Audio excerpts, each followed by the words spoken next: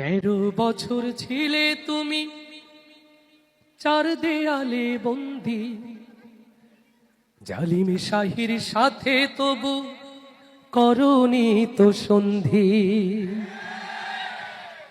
ইউসুফ নবীর মতো তোমায় দিল অপবাদ, দিনের কথা বলাই তোমার ছিল অপরাধ।